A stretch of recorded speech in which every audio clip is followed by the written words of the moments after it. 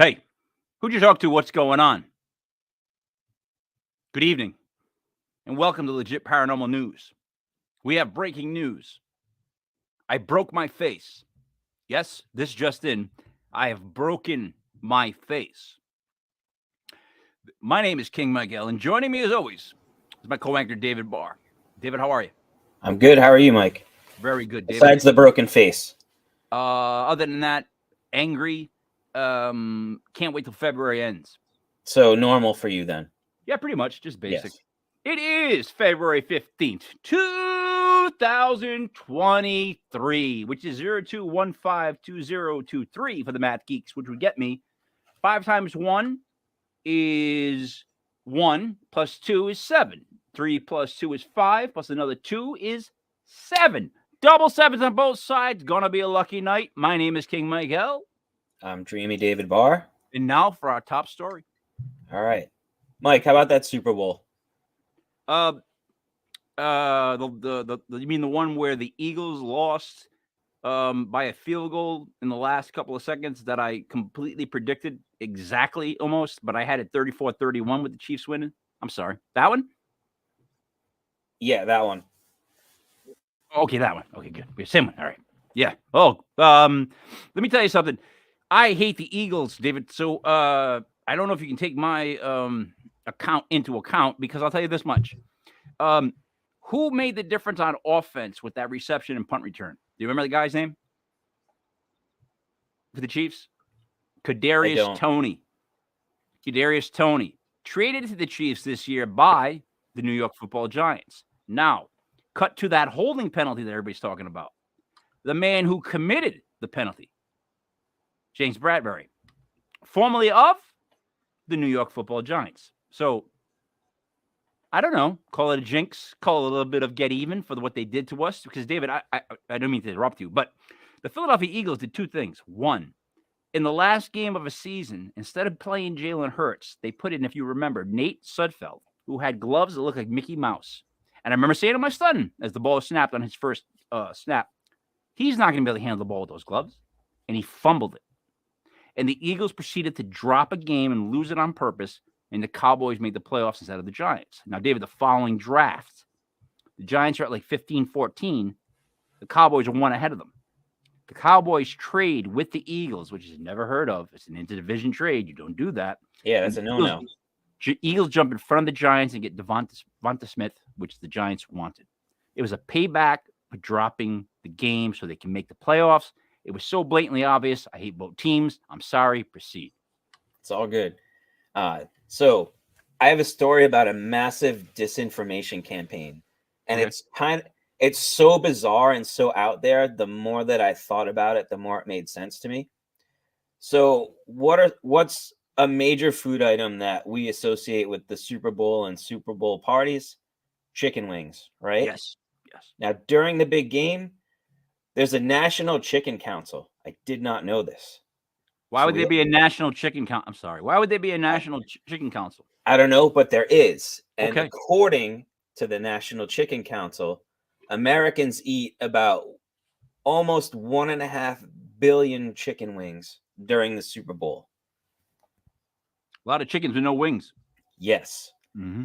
So our story comes to us from Lincoln, Nebraska, where a chemical engineer by the name of Ander Christensen stood before his city council and proposed that the term boneless wings should be removed from, quoting him, our menus and our hearts. So Christensen says that we have been living a lie for far too long, and he asks that we behold the cheerful untruth that has been perpetrated upon us, the chicken consuming citizens of the United States, on menus across the land. He is arguing that a boneless wing is not a wing at all, right? You'd think that that would be common sense, but there's data from surveys at chicken wing places over the last year. Many Americans don't actually know that a boneless wing is not a wing, actually a wing. It's a little scary if you ask me, right? That's really scary because I know that it's just a piece of chicken. Right. I don't really think that just taking wings off of chickens and wholesale in the bodies. I just assume it's chicken as long as it's got the. Listen, Dave. I once went to a restaurant with the wife, and we got chicken fingers. Now that's the same sort of thing. Chicken fingers. Yes. What the hell is that? Right? Chickens. Never mind. So I proceeded to eat 3 with the blue cheese sauce. And it was only then that my wife cut hers open to realize that all the chicken was dead raw. Oh, The manager came over to me and gave me her phone number and said that they would pay for any medical bills, which made me feel great about the fact that I just ate those 3 chicken fingers. yes. You know, that's a way to pump me up. I went home and I literally had the wife stare at me for 2 hours straight like this to see if anything happened. Nothing happened. They were good.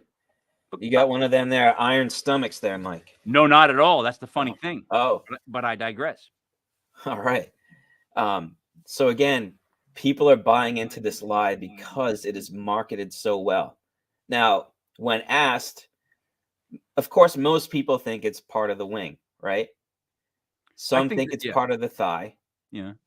And a small group actually realized that it was a piece of the chicken breast. Mm-hmm. So you have all these people not realizing that a boneless wing has nothing to do with the wing. Now, Christensen has a theory. He says that generations grew up like us. We grew up on chicken nuggets, right? Mm-hmm. Mm-hmm. So boneless wings are a way of allowing ourselves to continue those eating habits. And they get to pretend, it's like an adult chicken nugget. Yeah. I mean, yeah. So why not just call it that, right? Yeah, but all right. I think this guy needs a hobby. If you want to ask me, this guy needs a hobby because he's so into this whole chicken thing that's a little strange. Now, do I believe that people across this great country think that they're actually chicken wings? Unfortunately, yes. I've gone through this before where I've made my claim, but I think it's all kind of bonkers and bananas. And but continue. I'm enjoying it. All right. So now we're gonna go to Christopher Kimball of Christopher Kimball's Milk Street. It's like an online cooking course place website. So he's saying that marketers have completely transformed the perception of the wing. And he's saying most people have no idea where any of this stuff comes from. He says you can blame the food companies, but we're the ones who are buying it, right? We accept them, we embrace them. And what does it really matter? He says they're delicious, they're convenient. So why poke into things that pair so perfectly well with our beer, like Barr and legit Paranormal beer. Yep. Things, these things pair with those, and they pair with watching sports. Excellent. So here's one possible reason. Could they be a microcosm of national willingness to accept things that aren't what they say they are? Yes. I'm sorry. So people are arguing that when we accept this little lie, we open ourselves up to being accepting of other lies. And that's how these disinformation campaigns start with the little lies. We accept them. Then they move on to bigger and bigger lies. So I'm going to say it actually happens both ways. The more that they lie, the more that you get people that are so far this way that they tell you they're liars, that you get people so far this way that tell you they never lie. So I'm caught in the middle, Dave, with that one. I mean, like, that just gets extreme. They make it nuts. So people are saying that this is why our country is struggling, particularly with misinformation and disinformation saturation. And some of these people are saying that this has gotten worse since the boneless wing has entered our world. So by accepting this lie of the boneless wing, we're open to accepting other lies. We're okay with being tricked. We'll go to Matthew Reed, who teaches at Lemoyne College in Syracuse, New York. He also worked a couple of decades at ad agencies. And he's asking, it's not really wrong to say these things are boneless wings, but are we tricking people? And the wing has gone from being an actual part of the chicken to just being something that you can throw some sauce on and eat with your hands. So I'm with this guy, but here's the thing. I think it started way before boneless chicken. I think boneless chicken wings is an easy example to use, but I think people started believing in stuff just to believe in it long before that. Like I feel like before the 60s, everybody was programmed to think one thing. Then the 60s came and they dropped acid, the hippies. And then the 70s came and they had a lot of sex at discos. And then suddenly the 80s came and everybody wanted to make a bunch of money. The 90s came, everybody was depressed. They wanted to wear flannel. And then the 2000s hit. And I don't know where I'm going with this, Dave, but I'll tell you this much. If I were to make a show for Netflix, it would be called British Serial Killer Vampires Bake Off. And I'm telling you, that's every show that my wife watches if you put them all together into one show. So it would be British Serial Killer Vampires Bake Off. So I digress. Mike, you said something though. You kind of hit the nail on the head. This whole boneless wing campaign, it's all about the money. Oh yeah. Because the average price for prepared boneless wings is about $5 a pound, whereas it's about almost $8.50 for bone-in wings. And this whole boneless wing campaign, it's credited to Buffalo Wild Wings. Yep. The first you're saying to be like, hey, we got boneless wings. Right, they're making more profit because it costs them less money to create the product. And that's why I always get the bone with the wing, the chicken with the bone. I prefer to have. I know, like, the wife doesn't like the bone because it's gross, but I would rather eat the chicken from the bone. At least I have a bone in my hand. And people argue. Should I say that out loud? That was weird. Yeah, you did. It was a little strange there, Mike. Okay, I digress. People do argue that having the bone in the wing gives it more flavor, though. It does, and I can do a thing that I used to disgust my kids with, where I could used to get the Domino's wing and I could put it in my mouth and just pull the bone straight out with. Like if it was a magic trick, take the wing, dip it, put it in my mouth, just pull out one of them bone clean, put it down. I've seen TikToks and reels about that. Yeah, I'm gross. I'm a gross person. Yeah. So there's a guy named Tom Super. He's the senior vice president of communications for the National Chicken Council.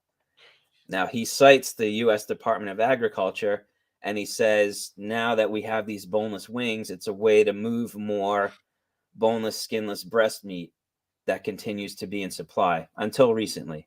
There's like the whole chicken shortage. There's a number of theories around that I don't really want to get into. I'm still wondering I'm still thinking, what's wrong with that? Like, I just literally in my head keep saying, why are you complaining that it's not actually a wing, but it's the breast? Why do you care what part of the chicken it is as long as it's meat? Chicken meat is chicken meat. It's about the lie. So this guy is like fixated on the lie and the misinformation. And to him, that's kind of what it's about. Go after the Monopoly game like everybody else did then.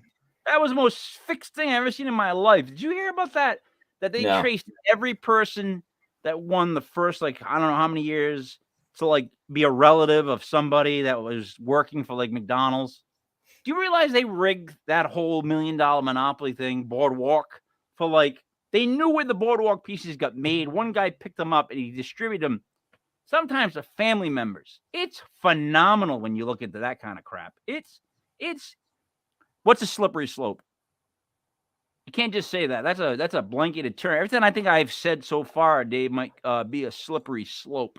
So, Audra, appreciate you watching. Hit the like, subscribe button, but please explain to me what is a slippery slope. Back to you, Dave. All right, and welcome back, Audra. Thanks for checking us out again. Mm-hmm. So now some people are saying, could the very definition of the word wing be changing? Right, you have wing places offering a cauliflower wing. Yeah. As a vegetarian option. Yeah, right? Yeah. Yep. Yeah. Yep. And yes.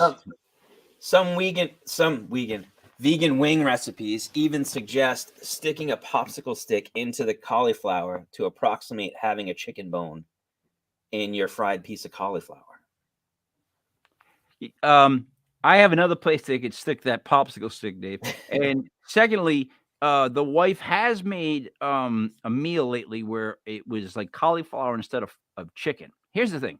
Tasted really good, but maybe 5 minutes later I was hungry. You know why? Because it was cauliflower and not chicken. Let's see. The chicken, the lies. One small lie about chicken today. Who knows what next? I think that's David's point. That's exactly my point, Audra.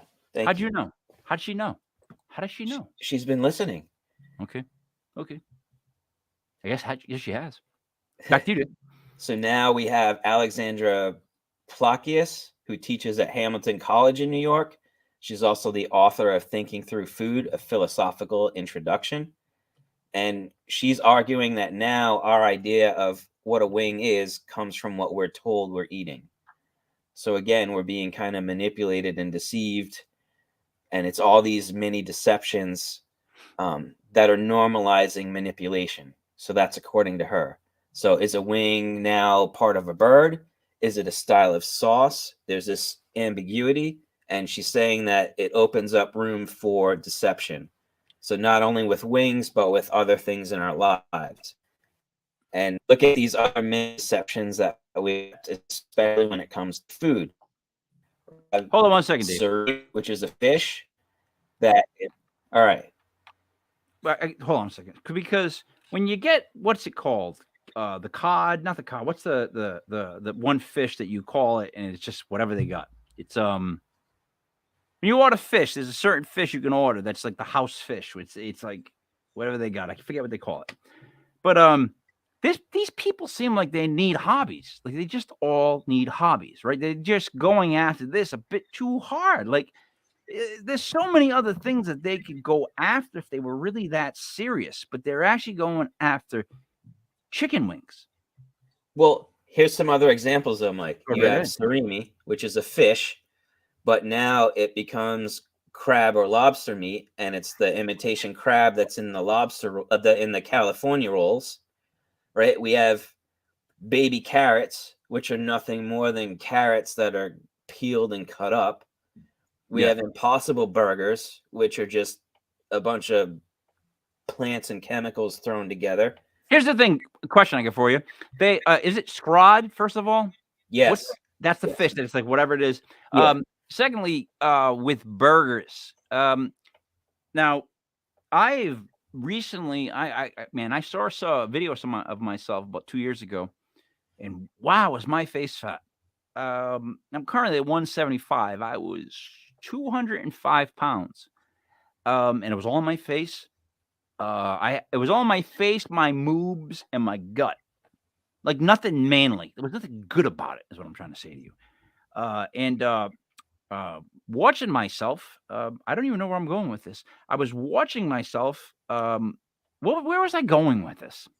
What was I even talking about, Dave? I was talking about the scrod, and then I guess that's talking about burgers. You there it is. Burgers. Now I see burgers on TV, and they're always greasy and oily, and they're throwing like onion rings on them and bacon and like a baby pig that's squealing still, and they're like Or Arby's will be like, Arby's, we got, and they're almost sexual. It's like, Arby's, we got the meat, and there's all this. And I'm like, I would never eat a sandwich that big. It's too big. It's a big sandwich. It is. I digress. All the portions are getting bigger. It's been a problem for a long time, and they argue that's why we have the obesity epidemic. But and Mike, people argue against that. They claim there is no obesity epidemic. They claim that everybody is at the weight that they should be, when that's not physically true. And I'll tell you why. Because when I'm in worse shape, I feel worse. When I'm in better shape, guess what? I feel better. That's just how life is. Plus, the burgers never look the way you get them. Oh, God. Oh, that's the best thing I've heard all night. Don't get me. Don't spin me out of news mode, because I will agree with you 100%. You ever get a Burger King burger? It looks like they took it, put it on the ground, stepped on it twice, and then gave it to you. Honest to God. It's like, why is it squozen? Which is a term that my wife heard one guy use one day. And from then on, I use it all the time. The guy used the term squoze. Oh, God. Dave, I got a couple things really quick. Squoze. Right. Squoze is a word that I use. Okay. I always say feet, and I'll tell you why. If you have a pair of shoes, right? That's what they call a pair of shoes, right? All right. A pair means how many, Dave? 2. Shoes means how many? Well, more than one. More than one? More than one, yeah. All right. A pair of more than one shoes is at least 2 shoes. Shouldn't it be pair of shoe? I don't know. Think about it. Maybe you should start a campaign around this, Mike. Pair of pant. Think about it. Pair of pants. Why are we pluralizing the second word if there's a pair of them? We should. It should be a pair of shoe. Hey, that's a nice pair of shoe. That's a nice pair of earring. Not pair of earrings. And then secondly, Dave, question. When you go outside during the day, I don't know if you do you often see birds in New England, in this area? I see birds all the time, big flocks. But have you ever seen big flocks of birds? Yeah. Okay. And during the summertime, how often? It's often to see flocks of birds around here, correct? Correct. Okay. How many dead birds do you see a year? Maybe a handful. I would say 0, but if I seen one, that's fantastic. My question has always been, where do dead birds go? Because I see hundreds of birds a day. Hundreds. I see, like you just said, a handful a year. It's not even one a month. So the numbers don't quite add up. I'm sorry. I digress. That's another one of my weird theories, but you started it. Well, speaking of weird, Chilean sea bass. Have you ever had that at a restaurant, Mike? No. Have you seen it on a menu? No. All right. Well, if you go to like a fancy restaurant, you'll see Chilean sea bass on the menu. Chilean sea bass. Until this article, I had no idea that wasn't bass at all, but it's something called Patagonian toothfish that has been rebranded as Chilean sea bass. How's it taste? It's pretty mild fish. So basically, whatever you cook it in, it picks up those flavors. Then I don't think people should complain. But these people are arguing that we buy into these little lies, and they open us up to other lies psychologically and prep us for misinformation and disinformation campaigns. Do these people also believe that water is wet? I don't know. I would like to talk to some of these people. I think it would be interesting. I would like to take them to a red light, and when it turned green, I would ask them what they do. And then when it turned red, I would ask them what they do then. Because I would like to hear their answers, because they were pretty good at stating the obvious so far. Well, Natalie Visconti of Bridgewater, New Jersey, and a sophomore at Penn State University, she's a self-described traditional wing aficionado. I think she has a good point. She said, personally, I do think it matters. I want to know exactly what it is that I'm ordering and consuming and what's in my food. I would say, no, you don't. I've worked in restaurants. I think you're right on that one, Mike. Oh, I got bad stories of when I worked at restaurants. You did not want me to be your busboy. No. and give me a hard time. Oh, yeah. Oh, I don't want to even go there, but it got gross. GROSS, Dave. Double S. All right, so we'll wrap this up with Ander Christensen again. He is vowing to carry on and that he's going to become the world's first chicken wing lobbyist. And he says that it's a hill that he's willing to die on. You know what? I would give him a backhand, I think. I just would I'd slap, and it would be, and he would say, "What was that for?" And I would tell him my hand was full of sense. Like, so he has pissed some people off because people on both the right and the left are accusing him of making this a cryptic message about something political. He insists that this is not political. He's just a culinary truth seeker.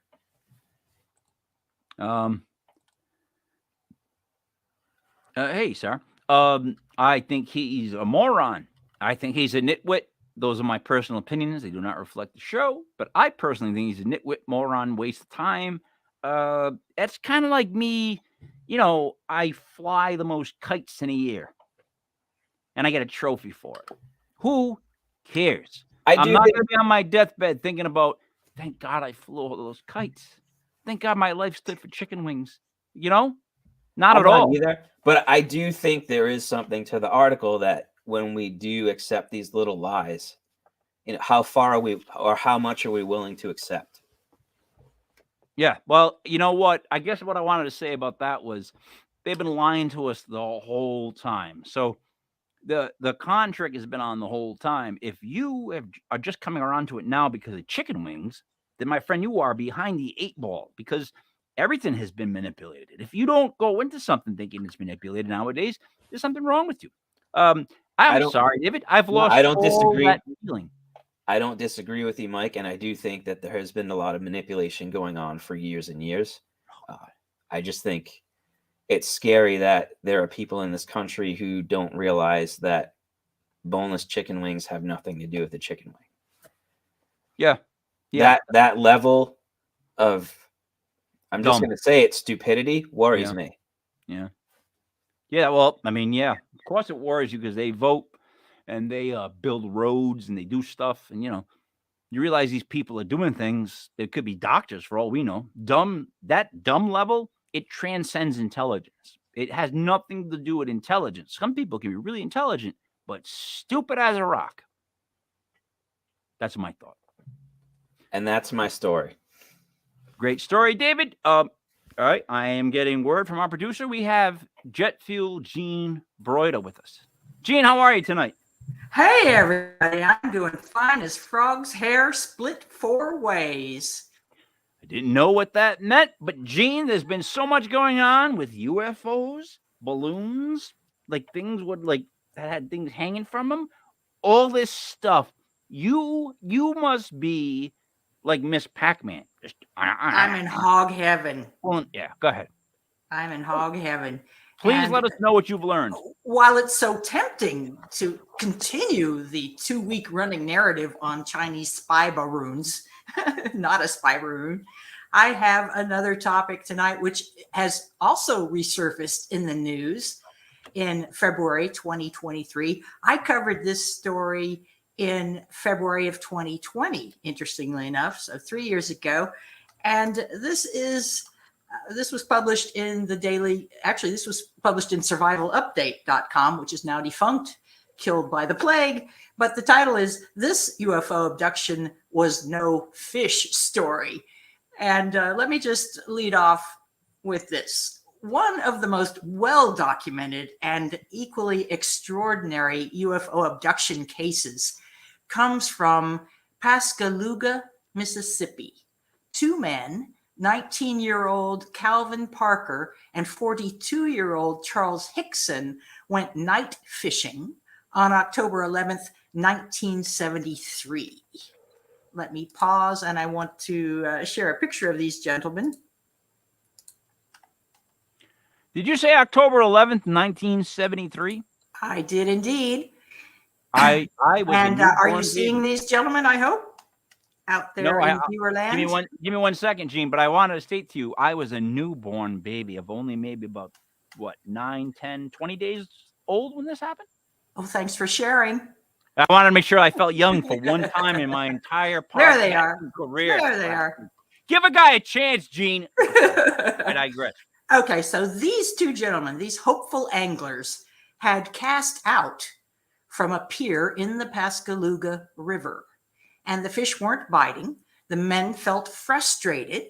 It was early evening. The stage is set. All of a sudden, a strange craft descended from the sky and stopped in front of them, hovering a few feet above the ground and only a few yards distant. Well, that would freak you out, wouldn't it? The two shocked fishermen had no chance to run before an opening appeared in the craft and 3 humanoid creatures floated out. They grabbed the men. Once inside their craft, the men were given medical exams. And at one point, both were so terrified, they were sure they were about to die. Again, I'm going to pause and I'm going to show you a sketch made by one of these men. If I can manage. And I think I can. I think I can. Oh, a window. Let's see if it will let me. No, it won't let me do it.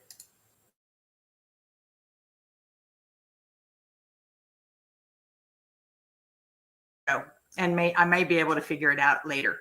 But onward we go. So these creatures floated out, abducted the men, took them on the ship, gave them medical exams. Okay, so far, this is a fairly typical abduction story, okay? Minutes later, only minutes later, both Parker and Hickson were deposited back on the riverbank and the craft took off. The two raced off in their car. They found a public phone booth, back when we had such things, and dialed the local sheriff. Soon afterward, they arrived at the sheriff's office to make official statements. Well, this in and of itself, I'm editorializing here, this in and of itself is rather extraordinary. And what follows is even more extraordinary. The sheriff believed them, and Hickson agreed to take a lie detector test and passed it. So welcome Professor J. Allen Hynek, famous for his participation as the civilian science in Project Blue Book, which was a that's a topic for another day. UFO investigation on the part of the federal government. Let's just leave it at that. Hynek interviewed both of these experiencers taken aboard a craft and concluded that, quote, these men are not crackpots, unquote. And he added, quote, under no circumstances should they be ridiculed, unquote. Hynek had spent a weekend interviewing the men, and he got more information. Both men agreed that the strange flying ship was an oblong oval shaped like a fish that emitted a blue haze. The aircraft measured about 30 feet long, they reckoned, and blue lights flashed. They heard a buzzing sound coming from it. Other observers had heard that sound in the neighborhood. The 3 alien abductors depicted by Parker and Hickson, this is the picture I'm going to try to show you before the show is over. They were humanoid monsters that stood about 6 feet tall with 1 head, 2 arms, and 2 legs, so humanoid. They wore no clothes, but were covered by wrinkly skin. Each of their 2 hands and feet looked like the pincer claws of a crustacean. That would be a crab or a lobster. So these are not gray aliens in no way, no how.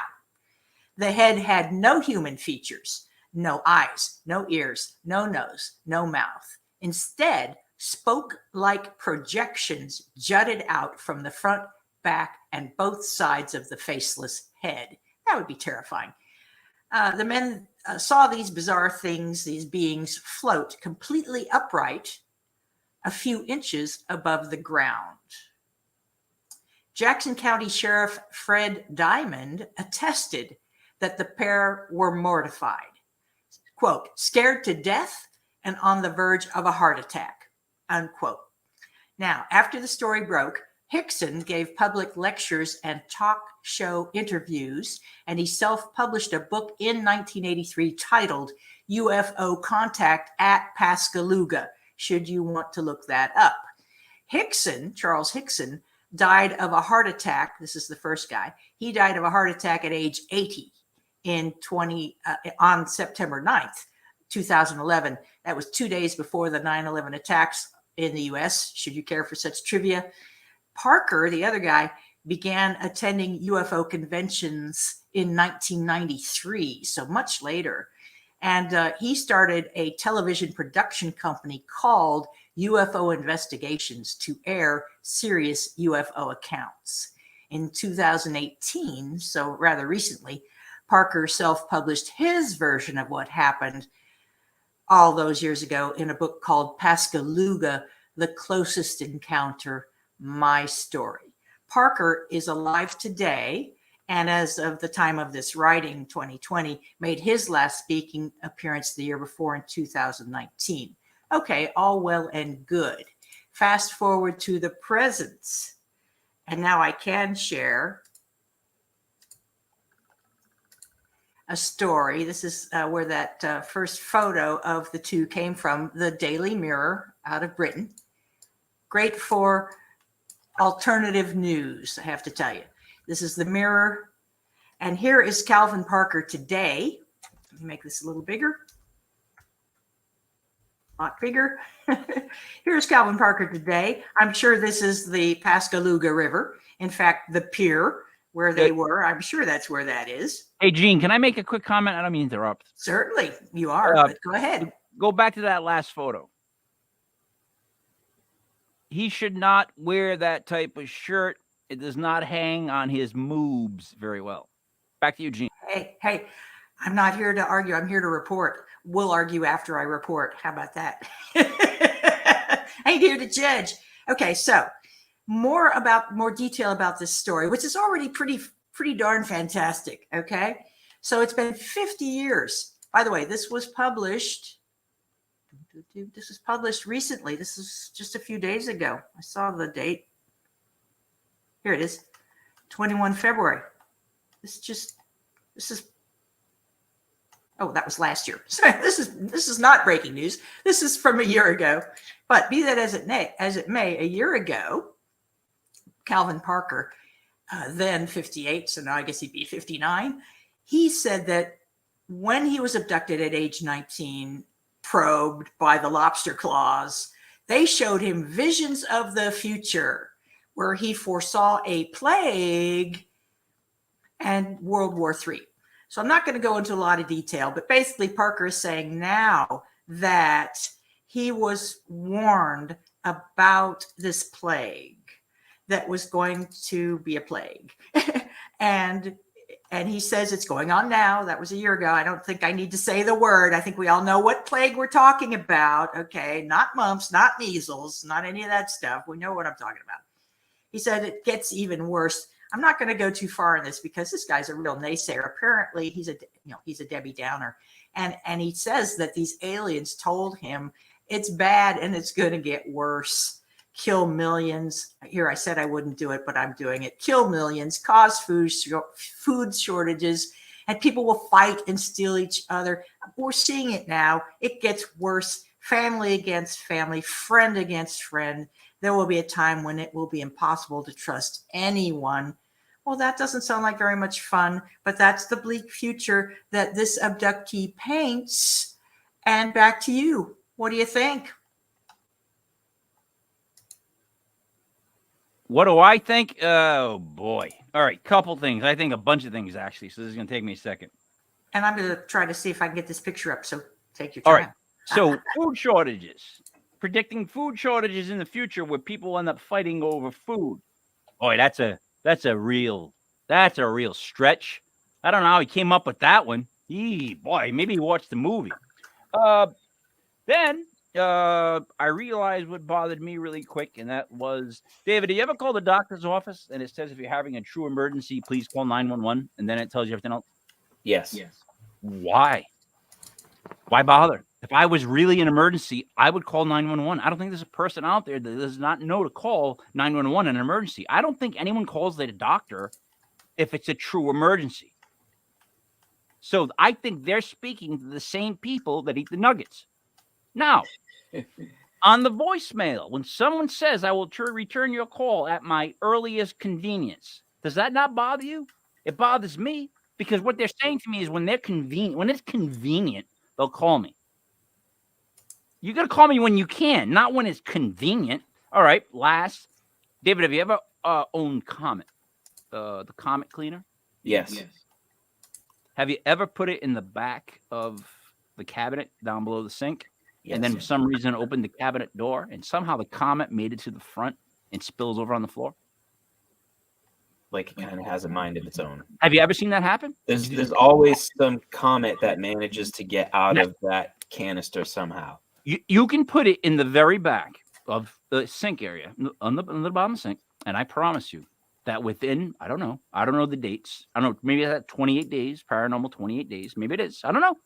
I'm just saying eventually, for some reason, that Comet spills when I open the door, which makes no possible sense.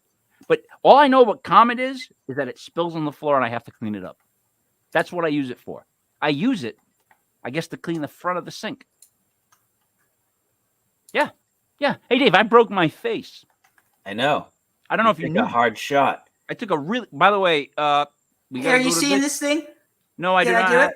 No, go ahead, try it. I'll give it a shot. Do you see the entire screen here? There's nothing, no screen there at all. Oh, denied. All right, work on it. We got to go to this fine. really quick. Fine. Hey, guy, how you doing? It's me, Little Tommy Toes. I'm working, guy. You know, I had to come in on Saturday. Most days I don't. Hold on. Buy. What? Sell. Anyways, guy, you know, I just want to see how everybody's doing on this Saturday. I know it's raining. Everybody wants to go out. It's April Fool's Day today, man. I wouldn't mind taking a nap, though. I take naps. Anyways, guy, hold on a second. Buy. Huh? Sell. Anyways, guy, want to say, go outside, have some fun. It's okay to go out in the rain, guy. If I was out working, I would be outside having fun, guy, because that's what Tommy Toes does. I might take a nap. Naps might be pretty good in the rain. But anyways, guy, I just want to say, hey, how you doing? Hi, April Fool's, guy. Hey, Little Tommy Toes. Bye. What? Guy. Huh? You gotta love the puppets. It's just ridiculous.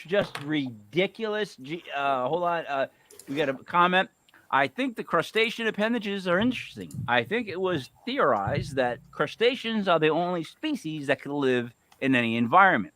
Now, David, what is the difference between a lobster with breast implants and a dirty bus stop? I don't know. Tell me. One is a busty crustacean, and the other is a crusty bustation.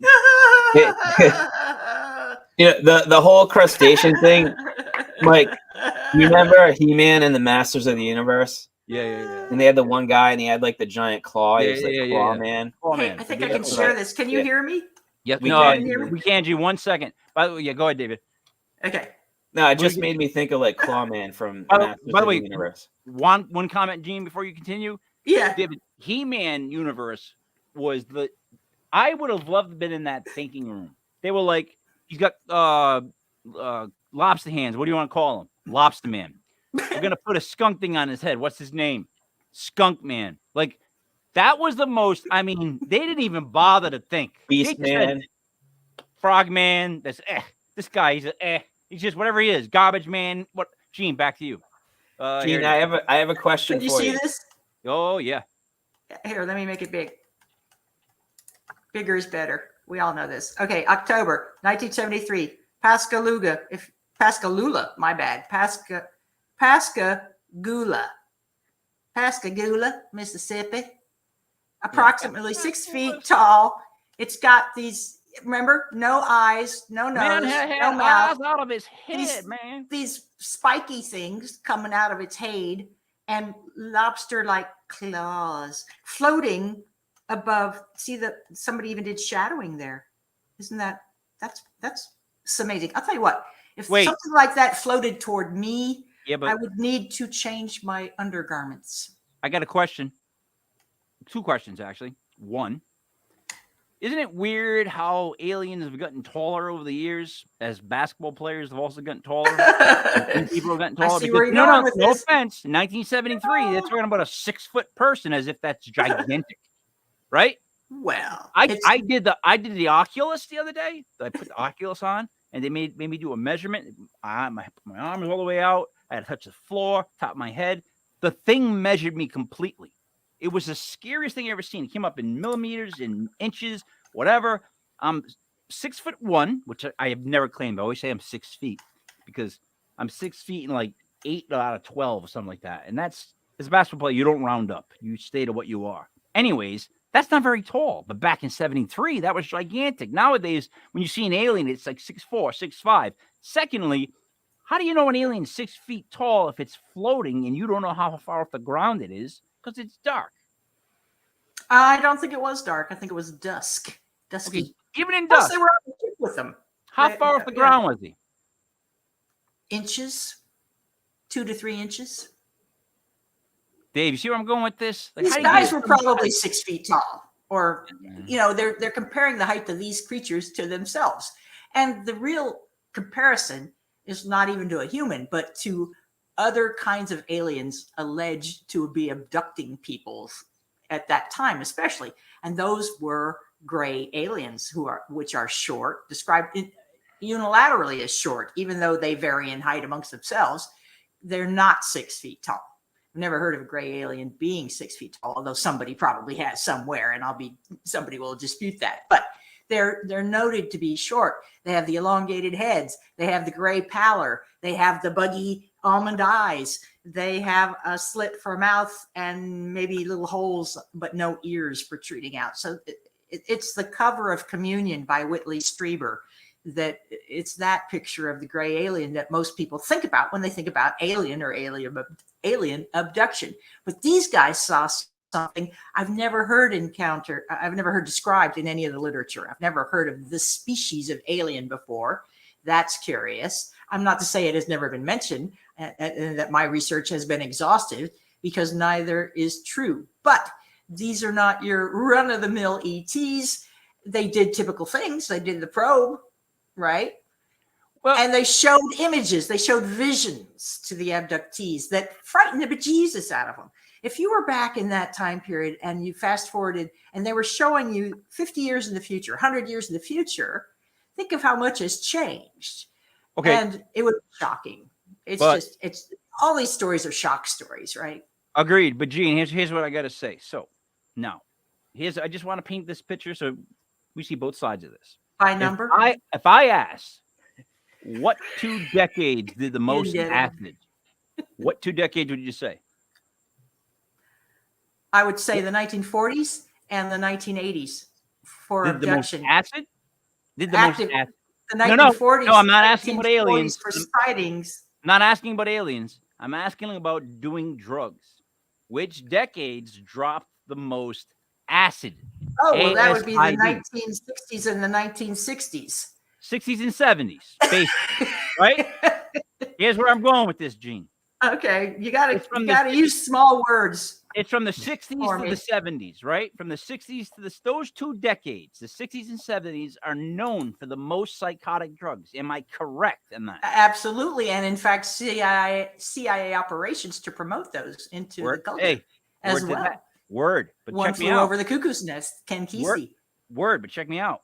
Yeah. That's why during that time, we got like the Universal Monsters versions of different types of aliens. Like in the 60s and 70s, if you go back and look, we got like all types of aliens. It was like walking into a Star Wars bar. Right.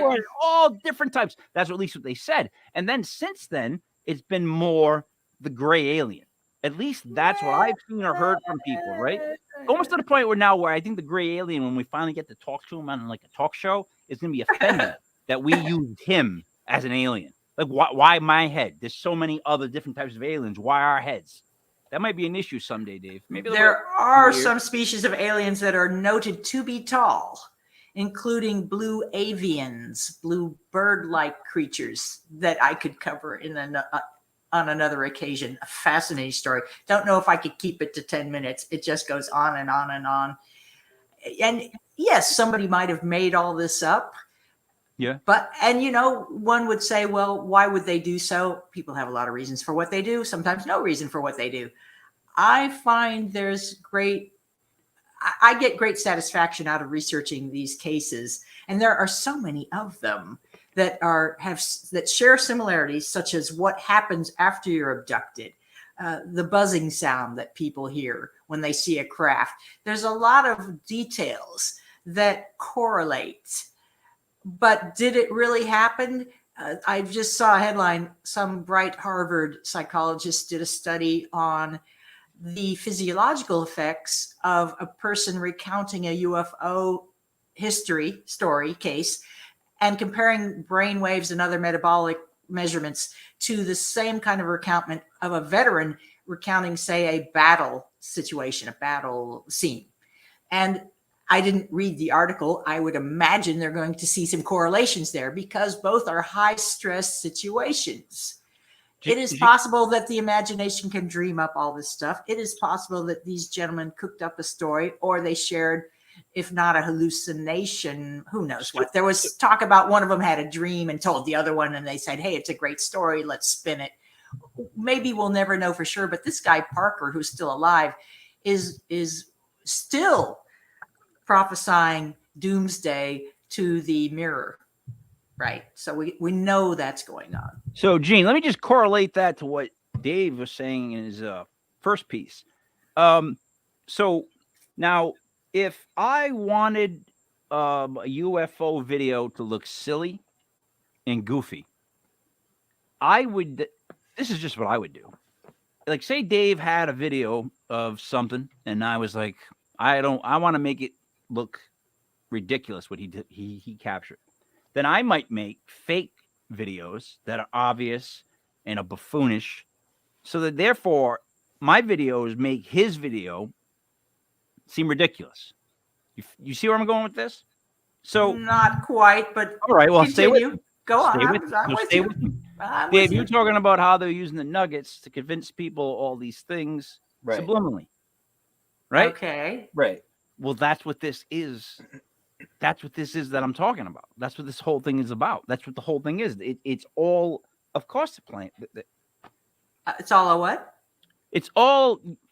We all know that like something's going on. Everyone knows that something's going on with the aliens. So with ETs. To discredit them, you make ridiculous fake videos and you flood the internet with them, and it ruins their credibility. Yes.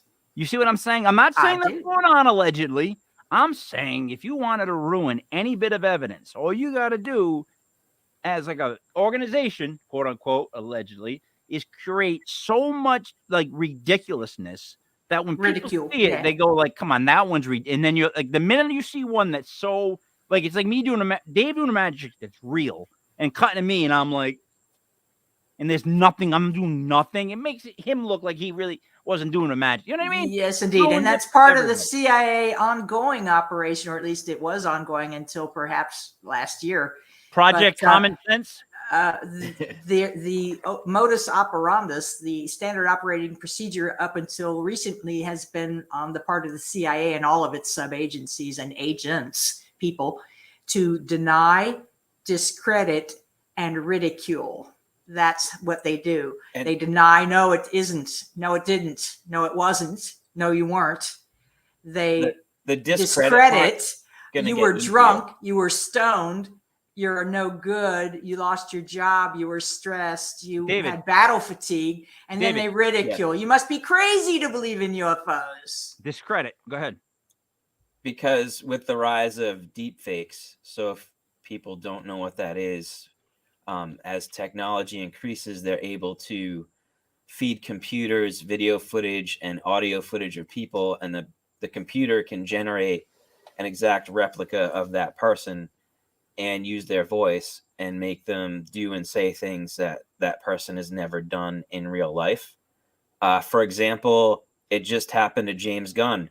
Someone made a deep fake of James Gunn saying that he was going to okay the sale of the DCEU Snyderverse to Netflix so that that could continue on.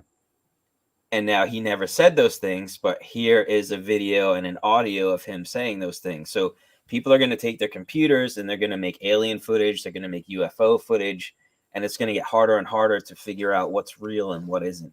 I agree. And that's why I value these older cases. I think the best cases are the ones before 1960, Less technology. 1965, when Agreed. we know it had to have been alien. There was no way the U.S. government or any other government on Earth had this technology. But what if they did? They just didn't let you know. Because here's one thing that I said. That's possible, but it seems unlikely because I was alive in the 1960s. And I'm telling you, there was no evidence, no particular evidence of advanced technology at that time. My dad was a scientist who worked on the megatonnage nuclear bombs and then switched to a think tank that was probably reverse engineering alien tech. They were never told that because of the compartmentalization of such programs. But the technology that they were advancing has been adopted into deep underground military bases, such as artificial lakes. So, they worked on artificial lake linings. Gene, I have a question. I have a question for you. I have a question for you then. Yeah, you bet. What's worse, nuclear power or the internet? What's worse? What creation is more? For whom? Which creation is more dangerous? Nuclear energy or the internet? I would say nuclear energy. See, I would say the internet because it gave every person an opportunity to not only say whatever the hell they want to say, but to connect with other people who feel that way. And now it makes it a lot easier for people to cluster together and push their opinions and their agendas on other people. It made it easy for people to organize. Tear up the space-time continuum and we all die in many dimensions. So yeah, that's where my money's going. One could say the internet. I mean, what are we fearful? What are people talking about right now? Chinese spy balloons. I had to work it in somehow. What's the threat of China? Nuclear attack. Not the internet. Yes, not it that is. China's going to shut our internet down. No, you're wrong. The EMP. That's what it is. You're wrong on this EMP. One. Time out. You're wrong. The EMP from the blast. Yes, they're looking for ways to. Which I reported on before that people, 90% of humanity would die in 1 year without power, including the internet, right?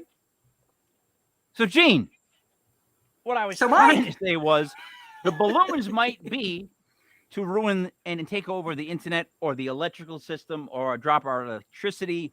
There's all kinds of things these things can do. And that's what they're looking. Listen to me. It is so much more they've been in our internet already. They've done damage already. Oh, I know. Wait a minute. The whole way the world works has broken down. It is slowly breaking down. And they're taking away things piece by piece. And we're allowing that to happen. Somewhere along the line, for some reason, the dad, right? The dad has become like the worst person in the world. Like the dads have gotten such a shit end of the stick, especially I'm Italian. I am from grandparents on both sides that were from Italy. So I've always said I was Italian. Of course I'm an American, but I'm literally of Italian blood, but I am a white person. That's what they called me. They didn't call Italians white people in the 60s. Another story, another time, doesn't matter. My point is that's the most hated person in the world right now. And masculinity as a whole is seen as a bad thing. You say the word and it's a negative term. So they've already started to destroy fabrics that at least have structure. I'm not saying they're perfect, but there's always been a structure that has made man and woman live forever. And it doesn't, I'm not saying anything. I'm saying you could fix things. I'm just saying you don't break it all down like it's been broken down. I think it's been broken down from within. And that's because of the internet. I think the whole thing has kind of been a crumbling system because of the internet. Respectfully, I have to disagree, because for all of what you say that is true, I could counter equally with all the great things that have been born of the internet. And Audra, hi Audra, has observed in chat that we're reaching our audience over the internet right now. The issue is not the internet. The issue is the intent behind people using the internet. I don't mind if people cluster and gather, unless they're planning to topple my government or come to my house and so then what's wrong with a nuclear bomb? Violate my rights. Wait, time out. Okay. So then what's wrong? Wait. So what's wrong with a nuclear bomb? It's just a nuclear bomb. Well, It didn't bombs explode. in and of It didn't themselves, explode. bombs in and of themselves don't have much use other than to destroy, unlike a nuclear power plant, which does at least power homes. Dave, do you see my point here? Dave, do you see my point? Because the internet is driving a wedge between people. It's being used maliciously. Slowly. Yep. Right? Yep. And I don't believe the internet is driving wedges. We're becoming the I think we're being told. I think we're being told that the internet is. I think that the people who are manipulating the media are telling us these things, but it isn't actually really that true. Nuclear power. Yeah, some people are divisive, but those people are always divisive. I think the internet has actually brought people together, and I will maintain that until the day I die. Has nuclear power helped us? Nuclear power has helped us. But nuclear bombs, maybe not so much, except as a military deterrent. Gene, you asked me a question, I'm answering. All right, but if you're listening to what you're saying that nuclear energy as a whole is fine. It's the intent. I didn't say it's fine. I didn't say it's fine. You're putting words in my mouth. I don't think it's that fine. You agreed that it helped us. You agreed that it was good. It has been helpful for us. That doesn't mean it's good for us or the planet in the long run. Look at 3 Mile Island. Look at Chernobyl. I agree. Look at Fukushima. Okay, that's what I'm talking about. When you have huge power, whether it is the power of communication or the power of actual physical energy, physics we're talking. Both the same. You have great potential for greatness or harm. And it's like a shovel. A shovel is great if you're digging a hole in the yard. A shovel can be used to hit somebody upside the head and kill them as well. It's a tool. The shovel in and of itself is a tool. It's how the tool is applied and used and the intent behind it. You could swing a shovel and somebody might be standing there and you knock them out accidentally. You still did damage with the shovel. That's why we have all these volumes of law, and there's lawsuits about intent. It's all about what was your intent. The severity of the crime has in part to do with your intent. So we have no substitute on Earth right now that I know of for nuclear power. There are rumors occasionally of fusion, rather than fission is what I mean. Nuclear fusion is supposed to be the savior of us for energy. I'll believe it when I see it. Are you agree? Did you just argue your way all the way around to where you were agreeing with me and you didn't realize it, but you were still arguing the point? Dave, did you realize that? Hard to say. Arguing that it's intent. I did. That's what I was saying. I am egalitarian. Yes. I do try to see both sides of everything. Did you see that? But I also think it's a very odd question. I think the original question is odd. Which is worse, the internet or nuclear power? I think that's a very strange comparison, honestly. No, not at all. I see that you have put a lot of thought into it, so I will apply my mind in that way too. But all this arguing that's going on, that's a result of some of the things that are being spread on the internet could create the malicious intent to have one country drop a nuclear bomb on another country, could it not? I suppose it's possible. Okay.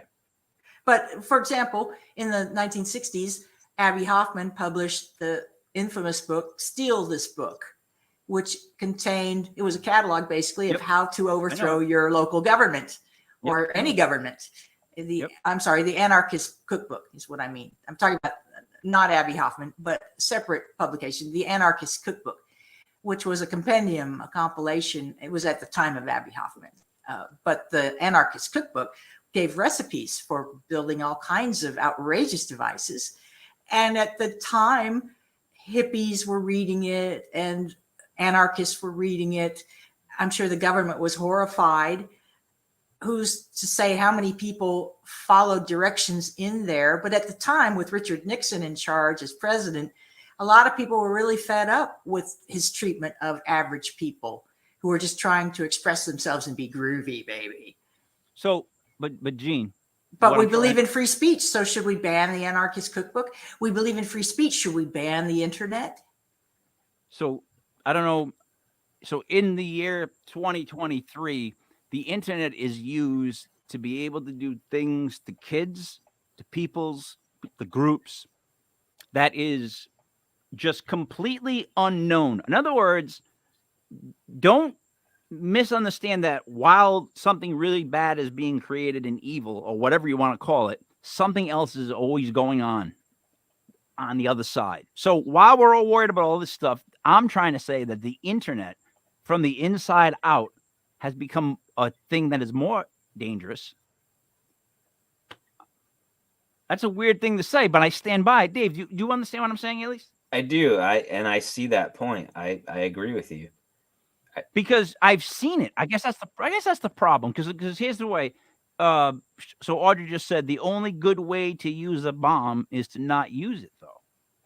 Then where I come back. So the only way to use the internet is not to use it. I made a goofy comment that I stand by, but there should never be comments. Like, I always thought that people should not be allowed to make a comment on what someone else says. And let me explain. Because they say it, let them say it. I think it's like. You mean on social media? Yeah. Why? I get you. Let me tell you something. Because why do you have to comment on what someone else said? Like, it's such a weird thing to do. You don't do that in real life, but you do that there. So it's a whole different world there, Gene. And what they've done is, in my opinion, they have worked from the college level up. And it's been a slow grind, and they've changed things in such ways that it's the ultimate jingle the keys, and this is really going on type thing. I know I sound conspiracy theorist on that, but Dave, you've seen you've dealt with people that have had they get caught up in this internet stuff. Oh yeah. Let's not forget that for a while, for 4 years there, people were completely going after each other. If they weren't the same color, like red or blue, if you were the different color, people came after you just because you made a comment. It was the weirdest thing. It was the weirdest time I've ever seen. I've never seen people I knew be more mean to other people I knew in my entire life. It's split up families too. Oh yeah, yeah. But now we find out that a lot of that was due to manipulation of the voices being heard by the big tech companies running the social media platforms in collusion with federal agencies. This is more disturbing to me. What is more dangerous, a nuclear bomb or the United States federal government? I think that's a good question. What do you think? That's the same thing. But that's the same thing. How would you answer that? I would say the government, because obviously they make the bombs. Secondly, that's the same thing as the internet. Who do you think I'm worried about with the internet? It's not like Dave. I'm not worried about Dave's going to do any internet tonight. He's not going to go, I don't know, join some sort of group that hates Italians. I'm not worried about that. I'm worried about the big guys controlling the internet and being able to use it, persuade it, whatever you want to call it, to make everyone else subliminally think chicken nuggets or chicken wings, boneless chicken wings, are actually chicken's wings. It's all about those boneless wing people and manipulation. I just brought that all the way around. You did. That was good, Mike. Whew. I was going to do that. I was going to do that, but you beat me to it. I was going to bring in the boneless wing. Nice people. wrap. Yeah. Well done. I broke my face last night. Let me just go over it. Now, my wife fell. I was down here at the bar. I went upstairs to go help her up. I started to help her up, and she just gave up. She was slipping, but she kind of just became dead weight, and I was so worried she was going to fall really hard because she was almost standing up, that I kind of held her all the way to where she was falling, and the momentum of it spun me to my bed. And at the same time, my head was spinning like at a really weird speed because I hurt my neck and my face. My dog, who's 145 pounds, his head's a little bigger than mine, Kobe Bo. If you ever seen him, he's a mastiff pit bull lab. He's gigantic. He was lunging forward at the same time that my head smashed the top of his head. And I rebroke my nose for now the 7th time in my life. It's always been crooked because I had it broken so bad that it moved. They had a reconstruct it. I've never had like I have a nostril on one side, but not on the other. It's always been like that. But it's a little bit swollen tonight because it's now been broken 7 times. It keeps bleeding. I'm in a lot of pain. When I talk, it hurts. Everything hurts. I'm not taking anything for the pain. I've been drinking vodka, which I recommend everybody do if you're in a lot of pain. That's all you can do because it just doesn't. The other pain stuff, it's not pain stuff. It ruins my insides. I can't take like even a Tylenol. It burns my stomach. I digress. This has been one hell of a show. Gene, what would you like to say to wrap it up? And I got to ask you this, and I never answered it. What? Just really quickly as we can. What the hell are we catching in the skies? I think they're just drones that have been there for so long that now all of a sudden we're like scooping the fish tank. It's like the first time we've ever looked at the fish tank and went, all right, you got to clean it and just scoop that shit out. What do you think it is? I would tell you if the federal government would tell us what they're bringing down, but they won't. So I can't even comment. I don't know. I have no idea. I know. They're being secretive. Big surprise. I know a lot of people are asking, what are they trying to distract us from? So it's like, oh, hey, we got all these UFOs all of a sudden, but don't look over here. Don't see what's going on over here. Yeah, that is how I am as a person. Is the minute I see something bright and shiny, I'm like looking to the side to see what the hell's going on. Or demonizing China because the military wants to do something against China. Who knows what? It's manipulation on manipulation on manipulation. Yeah, but then the Chinese diplomat, I don't know what exactly his ranking was, made that statement about like it was like a weather balloon gone awry. And as far as other things, I think the U.S. needs to like look in their own like backyards about that. Basically, made a comment about like how we need to check ourselves about the drones. And the thing is, I'm convinced there's drones everywhere. I just think every government's got them. I think they've been going on since like Obama days. Like there's drones everywhere.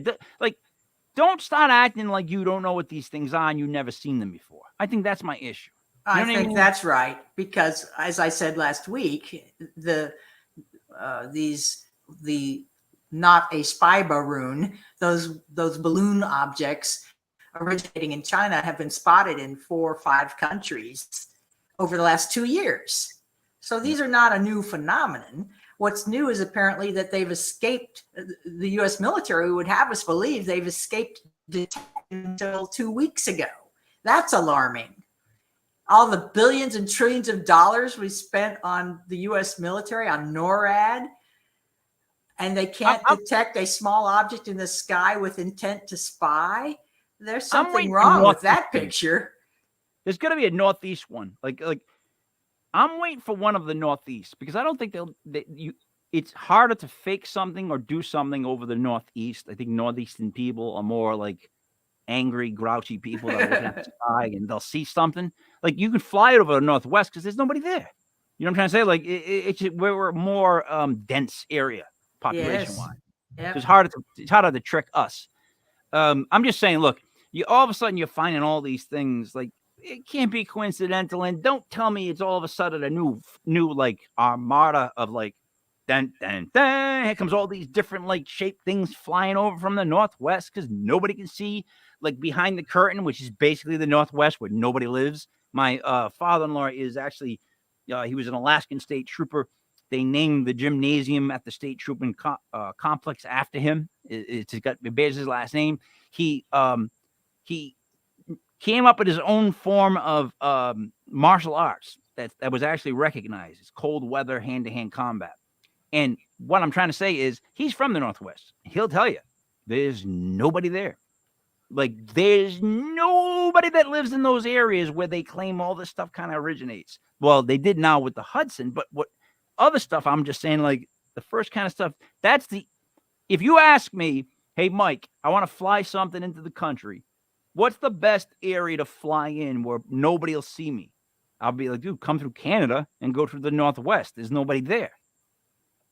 What would you guys say? What area would you tell somebody to fly into? I would agree with that, Mike. Northwest? Same. Gene? Same. Yeah. So it's like, where are they coming from? The Northwest and Canada. Yeah, well, yeah, that's what I would do. I know that makes me a cynical bastard. I accept that term. But that's what I think when I hear this stuff. It's like, of course, yeah, it's the Northwest. Well, yeah, that makes sense. That's where I would do it. Like, well, so plus the prevailing winds are there. The winds Yeah. tend to blow from west to east. And there's currents there that apparently these balloons have been riding along that bring them up the Aleutians through the Yukon and down into Idaho, Montana. Let me ask you this really quick. If someone can take a photo of you and make a complete video of you and all the stuff, they can steal your information, they can do all the stuff with the internet. Could they not make fake emails? I want to know that. I want to see if you guys can answer that question. Well, that's been going on for decades. All right. It? So wait a minute. A lot of like criminal cases or whatever cases, whatever you want to call them, have all come down to emails and text messages. And I guess I weird my wife out when I say this. I don't think you can trust those. Like, of course they could fit. I mean, anything can be faked. The email can be faked, but the technical information embedded in the email is harder to fake. Talking about the path of the message through routers and nodes and hubs and switches and whatnottery. But Gene, let's agree on the World Wide Webs. But let's agree that's very difficult, and I know it is because as a co-founder of one of the first internet service provider companies in Denver, Colorado, we helped crack a landmark case of cyber theft that involved tracing routing numbers basically for internet switching. And it was 100 nodes probably that we researched and gave to the FBI so they could bust this guy. But the average person isn't going to research that deep. They're going to see an email, and would not know how. And they're going to say, "Oh, that's..." Wouldn't know how. Yeah, so they're going to be like, "That's authentic. I'm with my eyes." Yeah, it looks authentic. That's called a scam. That's called a scam. Now, let me ask you this question: with the internet, I only need to show one fake email from Dave's account saying that he hates me because I'm Italian, and people are going to be like, why is Dave got a problem with Italians? He grew up near Italians. What's his problem all of a sudden? But that's a real email. And I only have to show that on the internet once. Dave could get it fixed, claim that it was a fake email, all this stuff, but I already showed it on the internet. It's already made the rounds. Dave's all done with Italians. They don't want to go list with Dave. Dave comes by, Italians like, get out of here. That's where Dave's at because of that one email that was shown that was from Dave's account, which I agree with you would be very difficult to fake. The key thing there was very difficult, not impossible. You know what I'm trying to say? That's why I'm always saying, yeah, I don't know how really credible all that stuff is. Maybe I'm crazy, but I don't know. Dave? No, what do you think?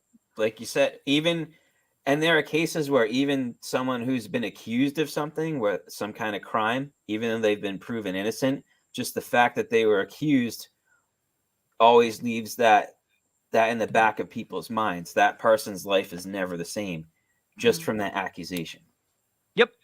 That's what I'm saying. That's why it's so bad, Gene. I'm just saying, like, we're agreeing with each other. You're just not seeing you're not seeing that we're agreeing. They both are intent. What's the intent on the internet? What's the intent on nuclear power? Like, if in the right hands and used correctly, both are beneficial. Could be beneficial. But if you look at the number of users who are doing crime on the internet, criminal activities, they pale in comparison to the people who are not. Okay? So while you say that, yeah, if somebody smeared you on the internet, it would leave an indelible impression. Yeah, it would, but most people have short attention spans these days. And while the Italian community might hate you in that example, most people would forget about this the next day or two. We've been trained by the media to have a short attention span. But that's also because it's Italians. Secondly, Gene, how many bad apples does it take to spoil a whole bunch? They say just one. Thank you. So now we're in agreement. Dave, well, I don't agree. I don't agree. You see where I went with that? I think the internet is very good. I think the internet is very good and strong positive, and that it gets bad press. I think there's a lot of good, and the press gives bad press. There's a lot of good going on in the world, but that doesn't sell papers, as they used to say. It doesn't sell soap. You've got to be sensational. You got to have clickbait. You got to run people down. Whereas there are other people who focus only on good stuff. If you hang out with recovering addicts, they're being trained to focus on good stuff, goodness and light. It's all about your perspective. When people turn off their devices, stop spending so much time plugged into whatever, and start living the first life, that is real life, they report that their quality of life goes up. They enjoy life more. So an EMP would be beneficial if we wiped out all the electronics. I don't know. I do not know. Gene, the internet is something that a whole generation is coming up that's just slightly behind, that live their whole lives based off of, and their whole social structure has changed so dramatically. Everything is completely different on the social college single scene than 30 years ago. Completely different. The kids they don't even know how to talk to each other. I don't know if you've ever had a 19-year-old pick up a phone, but they don't even know how to talk on the phone. God's honest truth. You can't get a 19-year-old to talk right on the phone. My son will call me. I'll pick up the phone and he goes, "Dad." And I get angry every time. It's like, oh, yeah, of course it's me. Who else is picking up my phone? Just go on with what you got to say, Dave. Here's a funny story to follow up on that. Someone I work with recently took away her son's phone. So the son has a girlfriend, and they had to figure out how to use a landline. And then when the girlfriend called the house and my friend answered, the girlfriend did not know what to do, because it's like, oh, wait, you're not my boyfriend. What am I supposed to do here? What do I say? She was like, oh, you want to talk to my son? Oh, yeah. Like, she said it was the most awkward thing in the world, because this generation, it's cell phone to cell phone, and you don't expect someone else to pick up the phone. You don't know how to talk to that other person when they do pick up the phone. Like you said, the social structure is completely different. There's evidence that Facebook and Instagram is causing all kinds of anxiety and disorders in younger people, because it's all about the likes and the popularity. And then you've got the cyberbullying component of all that stuff. So, I mean, we could probably do a whole nother episode just on this. I covered a psychology experiment performed by a professor of psychology on her freshman students. At the beginning of the class, she said, I would like you all to voluntarily surrender your cell phones for 2 weeks and keep a journal of the experience. And so they did. Most of the students did.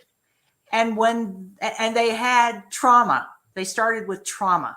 They didn't know what to do without their phones. They thought their worlds would end. But what they found in very short order was they went out and they bought two things. They bought alarm clocks, and they bought pads and pencils or pens. And they reverted to the technology of my youth, basically. And they adapted very quickly, because humans are nothing if not adaptive. Adapt or die. And at the end of 2 weeks, all of these students reported more peace of mind, more time to do things. And they actually had more strong bonds with their friends and family, because they had to go see them in person and have FaceTime. And I thought this was all very, very interesting, and ties into what you're saying about the apparent desocialization of youth. On the other hand, if you go over to YouTube, there's plenty of videos by 19-year-olds that are entirely articulate. I have no doubt at all these people could go out and talk intelligently to others. I think it's really, again, a matter of how you live your life. And if you are indrawn anyway, if you're an introvert anyway, then I think you're more susceptible to perhaps internet addiction, we might even call it. Whereas other people use the internet as a tool and then they walk away from it. They don't spend all day, all night, Marianne, doing this. And Gene, not every 19-year-old is doing this either. There's plenty of them out doing 4-H, doing Gene, agriculture, right? Gene, I'm gonna disagree, politely disagree with you on that, and I'm gonna say that the percentage of, I'll say 20 to like, let's just say actually 14 to like 35, the amount that they use the internet for, and their reaction to losing their phone for a week would not match the numbers of whatever that was done and when it was done. I'm saying in this time, right this second, if you try to do that to even 10 moms, take away their phones, they would lose their shiznizzle. They would go nuts. Like, I'm the only person I know that doesn't look at my phone in the morning. Everyone always tells me the thought first thing they'd they do go is check their nuts. phone. For I 3 can't days, check they my were in phone a in the morning. panic. But I'm going to just recovered. keep doing this. I'm going to say this. Dave, you look at your phone in the morning? I do. First thing? I do. Gene, first thing in the morning, do you look at your phone? Honestly. I do not. Now, see, I can't because I just can't see. But the I light don't of it. live around my phone. I'm a person who decided intellectually and forcibly not to be. I don't even use my phone for much other than a phone. I don't run apps on it if I can help it, and I don't use it for internet access. But what I'm saying unusual. is, I'm not the typical user of a I phone. agree with you. That's what I'm saying to you. What I'm saying to you is that your version and vision of this is a very happy place. Yes, I'm a very happy person. Agreed. But Gene, because I don't live in that dark place. There you go. That you like to live in. No. Go ahead and live there. What I'm saying is, I'm telling you, not everybody lives there. So your pool of niceness, right, is surrounded by a sea of this stuff we're talking about that goes on the whole time. You get that, right? I'm good with that. Though, right? Like I agree. I have to accept it. I wish kids would do that. With it. I wish kids would do that. It is what it is. But I wish college kids would do that and go through the whole experiment and see how life was. And you know what? Get to be lonely for a second. Have 1 minute of loneliness. Or bored. Or boredom. They can't actual be boredom where you think. You actually become creative. They don't even go there. And they're going generations, Gene, 10 years, decades. I don't like these sweeping generalizations. You shut that off for 10 years, what do you get? What do you get after 10 years? To have these sweeping generalizations about all 19-year-olds. If they took away something from you from 10 years, would you be able to do it in 10 years? No, it becomes something you would never do. Am I right? Right. Because your brain's going to rewire and you're going to find other things to do.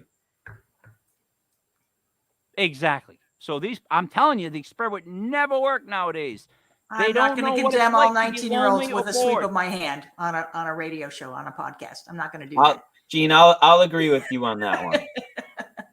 I'm not going to dismiss an entire generation because I know there's value and merit out there. Oh, no. I know there's people who can handle themselves responsibly and who don't go to the dark side and who help each other. Listen, and who could put down their phones on a challenge. You know, it's those students opted in, and those who didn't want to do it didn't have to.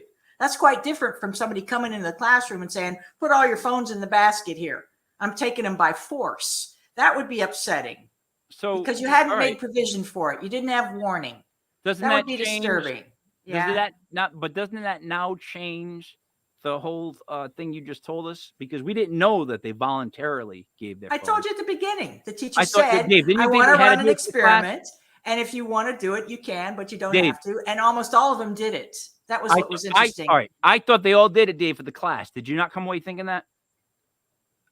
I did hear us say they had the option to participate, but it did sound like I was just saying the class evolved around the kid, but my assumption was the class evolved around the kids that took the thing. Like, why would he talk to the kids who didn't do the experiment? So, like, that it doesn't make sense. They get to opt in, because if you don't opt in, you're not actually part of the class. I digress. So, of course, now they're asking kids. I think that's an assumption. Well, it's not really. It's kind of the like teacher would be the person to say that, not you. No, I know. All due respect. That's why it's called the deduction on my part, because I'm coming from the outside in. Well, my point is that, like, these people are more, willing to do it out their phone and see how life is. They're actually voluntarily doing it. I'm saying take 10 phones away from 10 college kids right now. Watch them flop like fish out of water because they don't know what to do, and it's not their fault. Why? It's the internet. So we end the show with this. You can leave us a comment. You can leave us a message. What do you consider more dangerous? Because I'm seeing people tell me all kinds of different answers. What do you find more dangerous? Nuclear energy or the internet? You can leave us a comment. Gene, what are you going to say to wrap it up? I got to say, if you haven't checked out my book on Amazon, Unknown Objects, the top 10 U.S. UFO cases, why not? You must be crazy not to believe in UFOs. Do you have the book with you? I do, but it's over there. All right, don't go over there. No, I'm not going over there. Dave, what do you got to say to wrap it up? I got two things. I think the alien from Gene's story, the head looks like the Batman who laughs in the DC universe. Mm-hmm. And I want to give a shout out to a band that I used to help out back in the day, late 90s, early 2000s, Corporate Avenger. And I'll leave you with a quote from one of their songs. A lie can never become the truth. Only the truth can be the truth. No matter how many times it is told, a lie can never become the truth. Only the truth can be the truth.